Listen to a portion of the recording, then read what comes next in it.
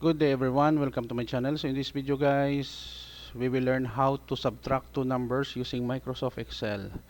Before we start, I would like to say thank you so much to all my viewers, silent viewers, and supporters in my channel. Thank you for watching my videos. If you are new with my channel and then you like this video, please hit the like button. Don't forget to share guys, and please support my channel if you are new by clicking the subscribe button. So let's begin.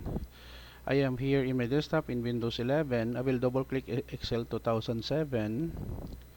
So we will try to make it bigger, no? So in A1, cell 1, let's say we have 100, and cell 2 we have 30. Now in cell A3 we will subtract, no? So equals A1 minus A2. Press the enter key in our keyboard. We have 70.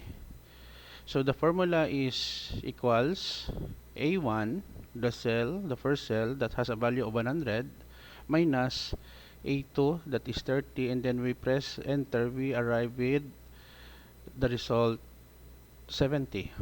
Another example, let's say we have here, let's say we have C4 that is 15, and then C5 that is 2.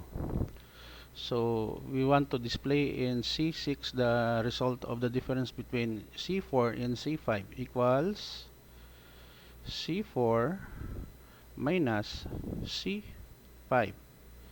So we are expecting the result in C6 is 13. Okay, so we have here the result. That's it guys. That's simple on how to subtract two numbers using Microsoft Excel. Thank you so much for watching. I hope that you have learned and enjoy in watching this video.